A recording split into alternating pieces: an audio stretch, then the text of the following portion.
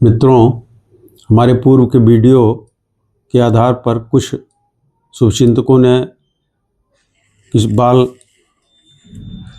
बालकों की देखभाल एवं संरक्षण अधिनियम 2015 के धारा 12 के बारे में जानकारी चाहिए है, जिसमें यह प्रावधान किया गया है कि जो बाल अपराधी के लिए जमानत का प्रावधान करती है। इस धारा के अनुसार जब कोई व्यक्ति स्पष्ट रूप से बालक हो और उस पर कोई जमानती या गैर जमानती अपराध का आरोप हो तो उसे जमानत पर छोड़ा जाना अनिवार्य होता है, बशर्ते कि उसकी रिहाई से इस बात का ध्यान रखना होता है किसी ज्ञात अपराधी के संपर्क में या अन्य किसी आपराधिक खतरे का जोखिम ना हो।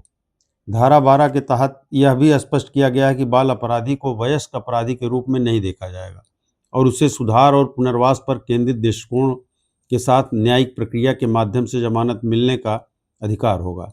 इस धारा का उद्देश्य बच्चों को वयस्क कारागारों और पुलिस लॉकअप में रखने से बचाना एवं उनके पुनर्वास को सुनिश्चित करना है। अदालतों से यह निर्देश दिया गया है कि वे जमानती और गैर जमानती अपराध के आधार पर बच्चों के बीच भेदभाव नहीं करें और मूलतः सभी बालकों को जमानत पर रिहा करने का नियम मानें।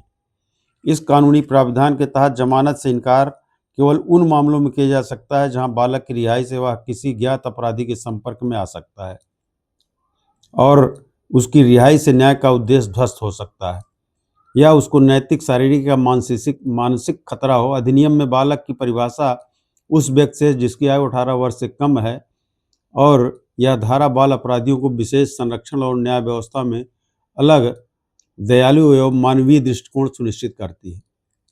संक्षेप में, धारा 12 जुवेनाइल जस्टिस एक्ट में बाल अपराधियों को निश्चित रूप से जमानत देने की अनिवार्यता संबंधी प्रावधान है, जो उनकी भलाई, सुरक्षा और सुधार के लिए बनाया गया है। यह प्रावधान भारतीय न्याय प्रणाली में बाल अपराधियों के अधिकारों की सुरक्षा करता है और उन्हें वयस्क अपराधियों की तरह कठोर दंड से बचाता है।